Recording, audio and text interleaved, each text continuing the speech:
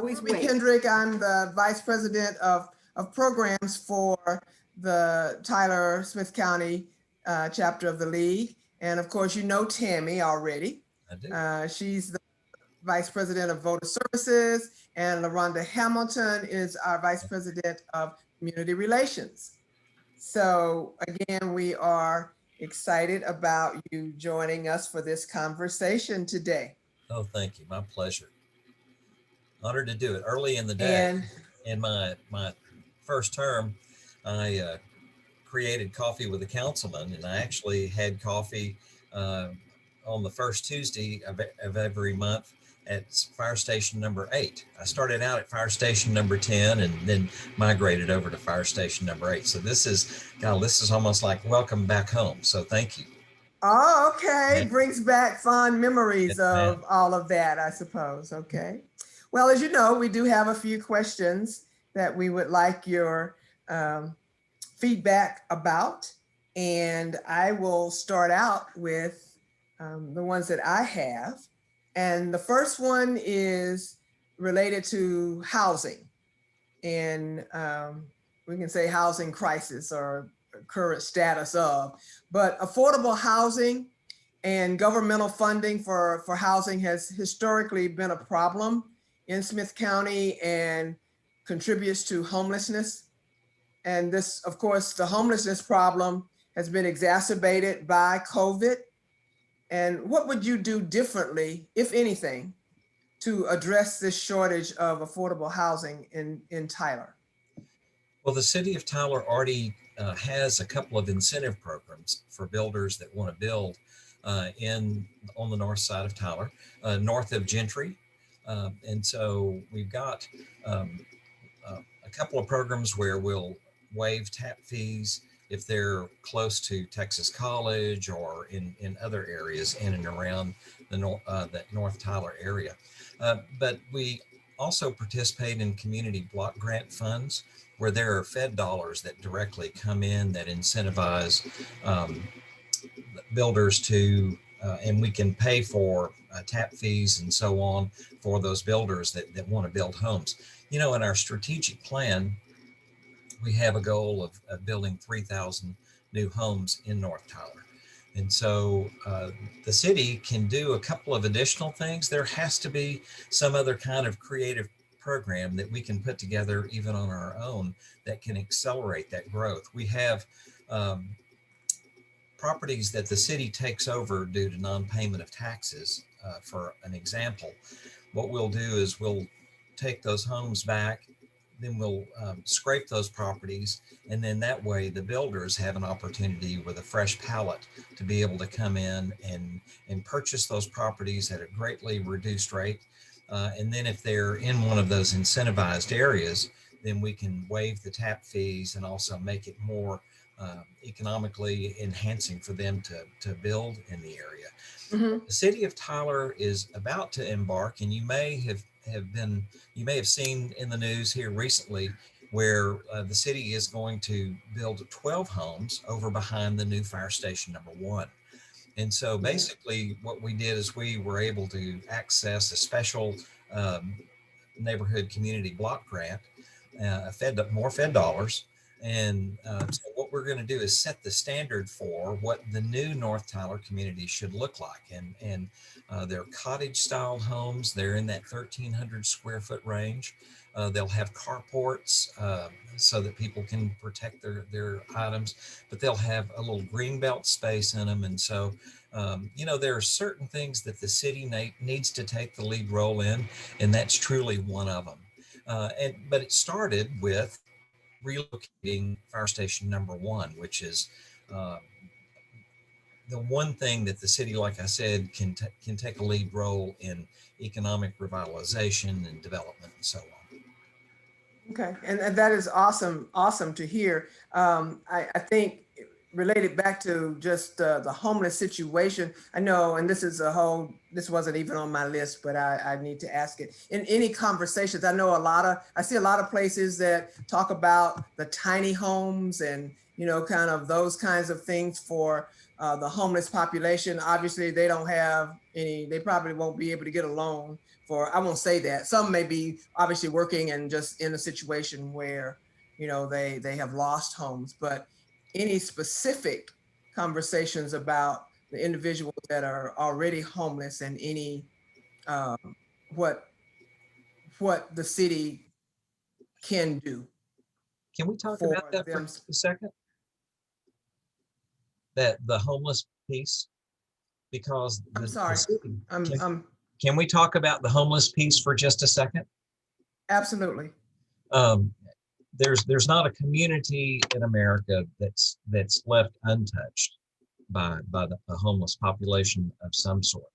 What Right. we try to do in Tyler that may be different than many others is that we try to provide through the nonprofit connection, try to provide that hand up to help those, number one, that just really are down on their luck, to help them with retraining, workforce development, and so on. And so we will Okay. literally support those efforts to Okay.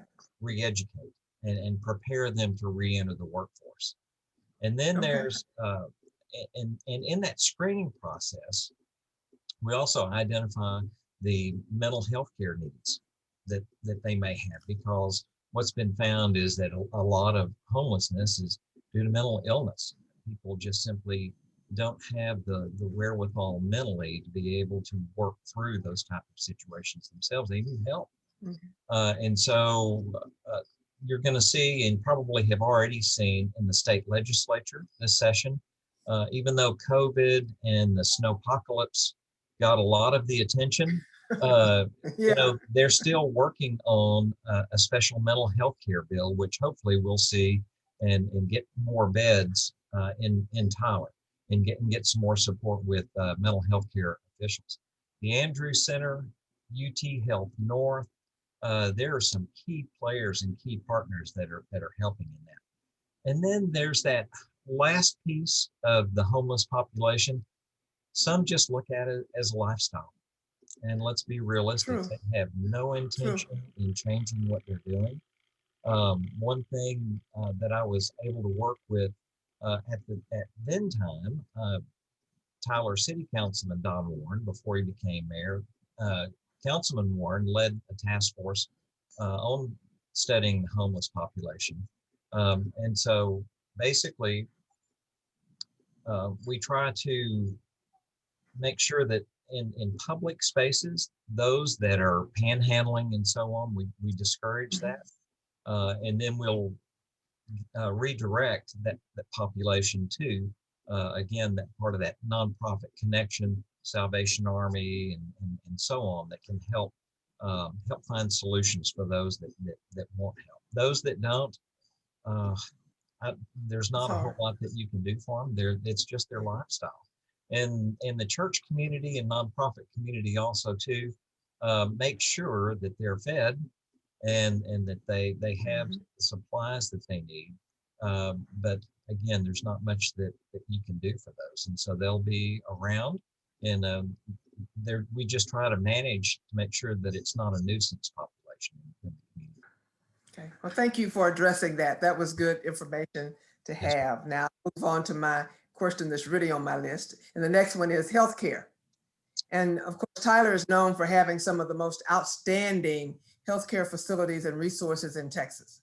And due to the economic impact of COVID, what are some of the challenges that you see with people gaining access to healthcare in Smith County? What are some of the challenges do you see with? Well, with the last administration and the state of Texas, in most communities throughout the state, you'll see, and especially in East Texas, it's been said that we live in a bubble. We live in a bubble because we have conservative Christian values. We still believe in the family gatherings, whether you're dining in a restaurant or you're having dinner at home. We still catch up with our families at the end of the day. And so we believe that if anybody needs access to healthcare, that we'll provide those hand up steps, such as Bethesda and the Northeast Texas, or excuse me, let's see, what Circle of Care clinic. Circle of Care. So we'll provide those hands up, but Texas has not approved Medicaid expansion and that type of thing, where it's kind of a universal healthcare access to care for all. I'm formerly the CC's Pizza franchisee here. And so we sold the last of our restaurants. Time flies when you're having fun, 8 years ago. Oh, wow. But what we did is that was at a time when Obamacare had come to fruition and had been passed. And so we were partners even before that with Bethesda. And so a lot of your restaurant hospitality, a lot of your small businesses have chosen to partner with Bethesda to be able to provide primary care, Northeast Texas Public Health District for immunizations and disease tracking. And so if you utilize the safety net for what it's intended to be, then you bring more people into managed care situations. And so that's what we try to do here at Tyler, to provide that access to care. And then there's always community workforce development to be able to help people to find jobs where those types of employment will provide healthcare for their employees also. I hope that answered the question. It did. Thank you. Councilwoman Westbrook, I'm going to be asking the next question, but I do want to ask, we post these Coffee With series on our Facebook, and one of the common questions that we get is, how do I find out which district I am? How do I find that out? Do I find that on the city of Tyler? Could you possibly address that to answer that question? If there is someone in Tyler, how do they find out what district or precinct they're attached to? You saw me reaching. What I was reaching for was my cell phone. And I don't know if you can see my screen, but if people will and there's probably not many that don't have access to a cell phone. And the Tyler City app is a free app on the App Store. And you just simply click on that app and it'll carry you to a screen where it says City Hall. And you can click on City Hall and you'll see all of your councilmen. You can also click on departments and it'll connect you with everything from the airport to street, water department. I mean, it gets all of the departments, and there are numbers that people can call direct, or they can go online on the website. And then for those that want to serve in the community, they feel grateful for what they've gotten from the community. You can also click on boards and commissions, and it lists all of the boards and commissions that they can volunteer for.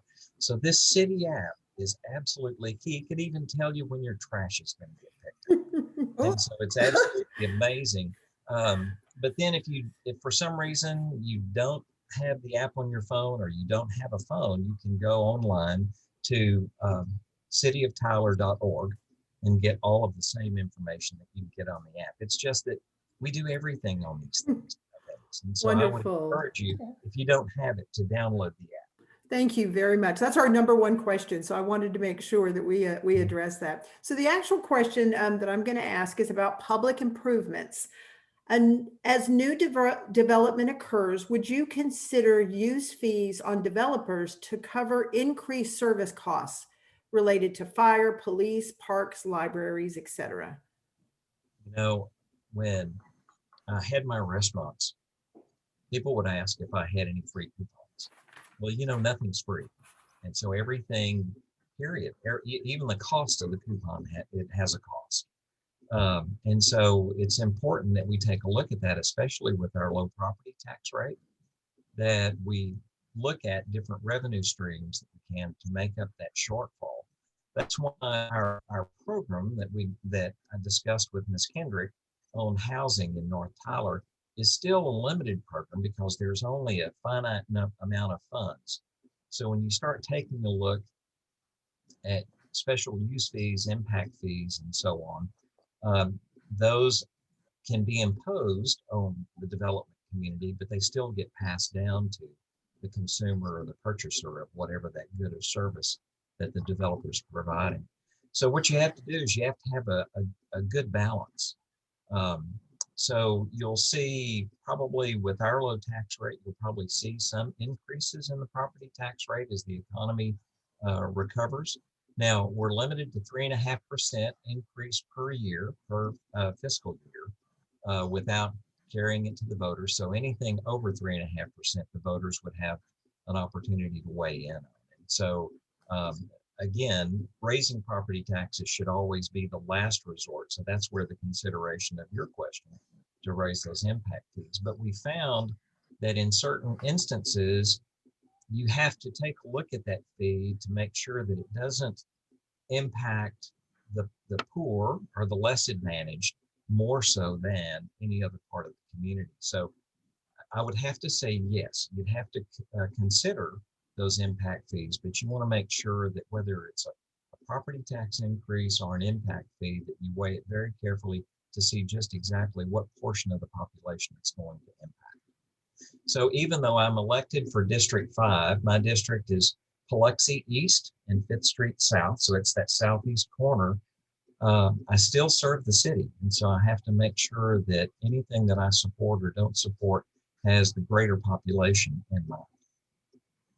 Thank you very much. Thank you. Yes, ma'am. Okay, so my question is about quality of life. Yeah. So looking forward to 2021 and beyond, what do you believe are the greatest challenges with respect to ensuring a good quality of life for all residents in your district specifically? Well, most people would think that that's going to be parks, bikes, and trails, and I'll talk about that in just a second. But initially, quality of life is what impacts us every day. And so traffic, transportation, and then also the quality of our roads, and then also infrastructure. There are topographical changes all over Tyler, Texas, and that's why it's difficult to build in certain parts of the city, or in most parts of the city. So, and we are known as a developer-friendly city. And so the city is just about to wrap up its first comprehensive stormwater drainage plan, which is absolutely key to how water drains off of all of our concreted areas, all of our streets and parking lots and buildings and so on, and how it impacts those downstream, which are primarily the homes and bridges and areas in the greenbelt areas and our creeks and water systems. So when you start taking a look at all of the millions of dollars of infrastructure projects that we have going on because of stormwater drainage issues, when you start taking a look at how long it takes you to get from Broadway and the Loop down to Cumberland or back, drainage lines become very key for you. So with regard to traffic, we'll talk about that real quick, if you don't mind. I supported first, we didn't have a traffic engineer. We have recently hired a new traffic engineer. And with that, we can do the studies that we need to do in-house to start making the changes initially to the timing on our traffic signals. But our equipment is so old, the control boxes that you'll see at the intersections are so old, and the technology is so old, we have to manually change those dials. So you can't just go online from a terminal and then see what time of day it is and make some changes, and then it affects the timing on all the lights. You have to manually change many of those control boxes especially in the older portions of our city.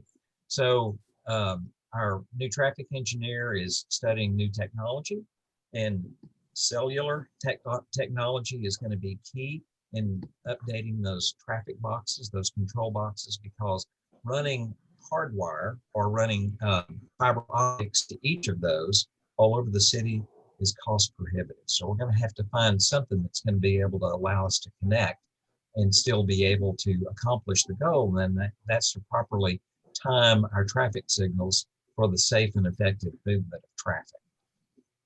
And then the stormwater drainage, as soon as that plan is back, that's truly one of those studies that's not going to sit on a shelf. That study is being conducted by Hafen Associates. It's a partnership with Hafen Associates Engineers and Brannan Corp. here in Tyler. And so we should get that back within 4 to 6 weeks. And it'll also have some steps that we can take to change building codes and so on to help mitigate a lot of the problems that we have with stormwater drainage. But traffic and infrastructure. Thank you so much for that. It will definitely make life a whole lot easier, especially knowing about the traffic, and for answering the question that we didn't ask because we were gonna ask, and that was about infrastructure. So thank you for Yes, that. that just flowed so well.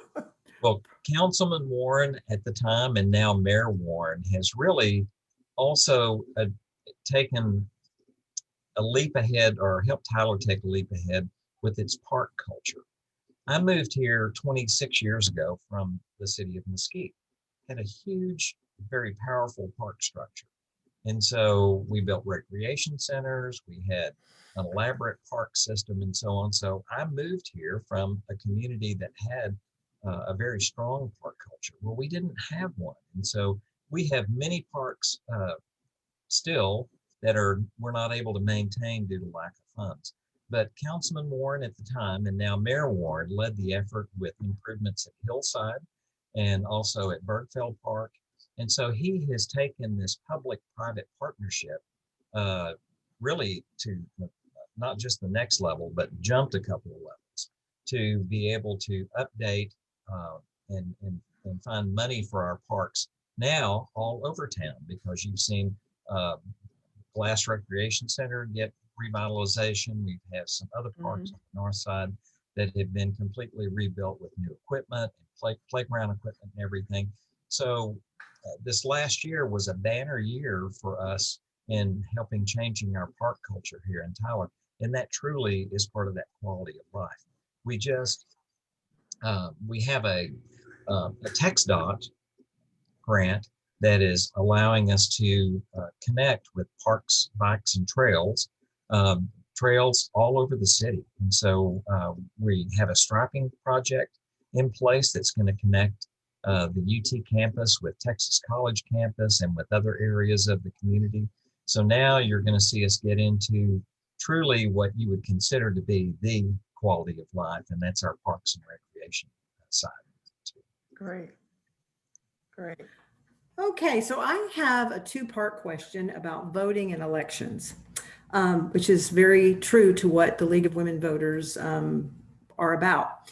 We had a very high turnout rate in 2020 election here in Smith County, as in most places across the country, higher than we generally do for national elections. But as you know, local elections are so critical to our daily lives, and yet have always suffered from very low turnout rates. So the first question is, what can you do, or what do you think the community can do to emphasize the importance of voting in local elections? Oh, that is a great question. And you know what, it is one of frustration also too. And I'll give you a little bit of background because I had those same questions also. In my very first race 4 years ago, I'm running for re-election currently, but my first race in 2017, 900 people voted in District 5. And now that's a district that at the time had over 16,000 registered voters. And that was for a city election, and there wasn't anything else on the ballot other than a couple of school board seats and my seat, which was District 5 seat. And then the very next election, I was unopposed, but still less than 700 voted in 2019. Then along comes 2020 and COVID, where all elections were moved to November, and you saw this massive turnout. There's been some discussion among some community leaders about possibly moving the city election to November. But what I saw and I witnessed, and there is some data to support this, is that moving our city elections, because currently they're nonpartisan, you basically vote for who you think is going to be the best person. Doesn't make any difference whether they've got an R or a D in front of or behind their name. You're voting for the best person that's hopefully is best qualified to help manage the affairs of our city.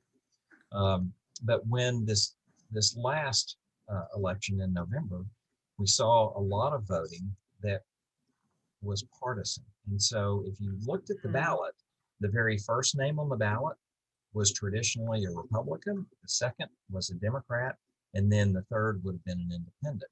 But even if you scrolled all the way down and completed the ballot and got all the way to the end where the city races were, because you had state, and then you had county, and then you had the city races at the very end. And the judges were in there in between the city and the county.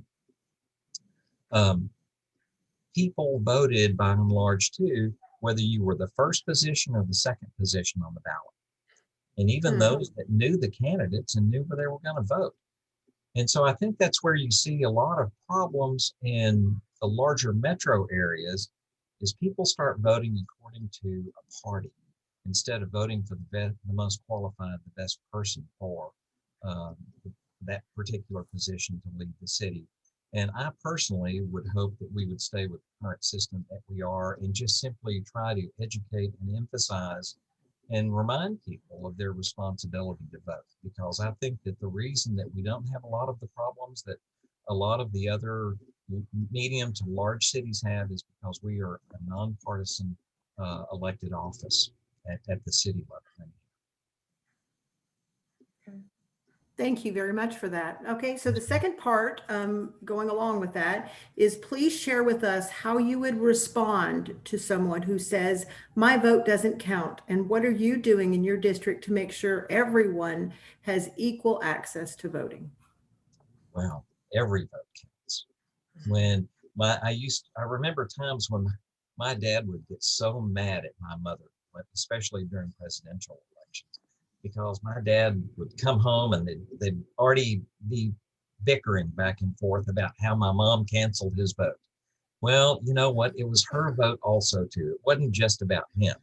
So every vote counts, because at the end of the day, there are some of those races that are decided by just a very few number of votes. Let's take Nick Pacina and James Wynn. James Wynn won in that District 4 race by 130 votes. And they had, what, 14,000 people vote in that district? So that's how close those races can come. And that's why it's important that every vote is cast. And so if we could find a way to make people feel obligated to exercise, we say it's their right, but you know what, truly, to be an American, to be a Texan, to be a Tylerite, it's a full contact sport. And we need to make sure that we take advantage of the opportunity and we exercise our right. It should be our responsibility, not our right. Thank you very much for that. I would also like to add is that the League of Women Voters has Vote 411. We are nonpartisan.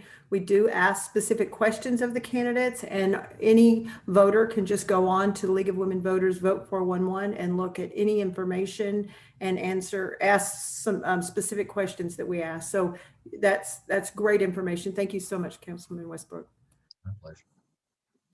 Okay, so our last question deals with criminal justice. And I'm going to add a criminal justice professor here at TJC.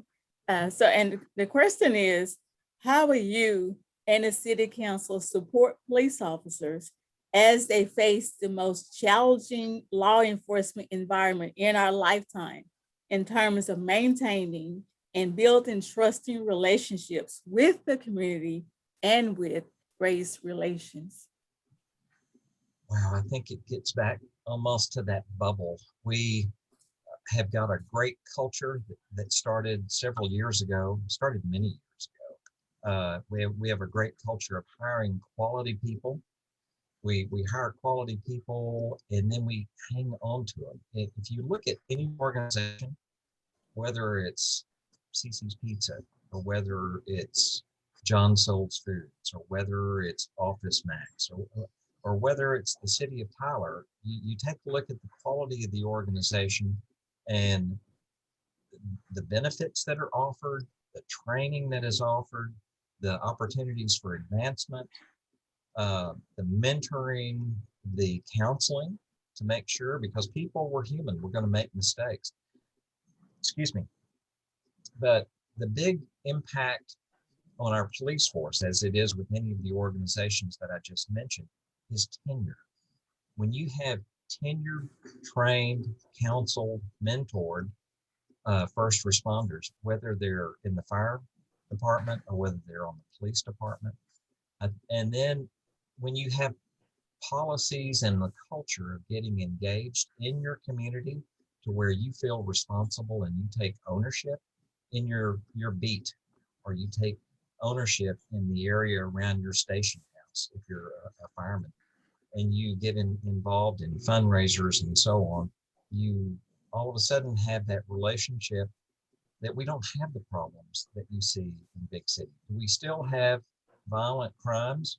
We do, but you know what? They don't dominate, or you don't hear about the very worst out of 20 violent crimes that happen that day, or you don't see a series of abuses between law enforcement and citizens of Tyler. If you see some type of a disagreement, usually that's what it is. It's a disagreement because our tenured officers, our tenured firefighters, our tenured EMT, first responders, ambulance drivers have the tempered nature to not overreact in a certain situation. And I think that really goes a long way to why we have the quality force that we have. I'll tell you that right now, and it was one thing that really and truly alarmed me when I first came on council, over 40% of our police and firefighters are eligible for retirement today. So it's not like we need to be, and I immediately got paranoid. Oh my gosh, what happens if they all want to retire at one time? We're never going to be able to fill those positions fast enough to keep chaos from happening. But you know what? When you interview those officers, you interview those firefighters, they love what they do. They love the communities that they serve. They always strive to provide the very best service and the very best care and protection for all citizens of Tyler, regardless of race, color, creed. And that is due to their tenured training, mentoring, counseling that we have here in our force.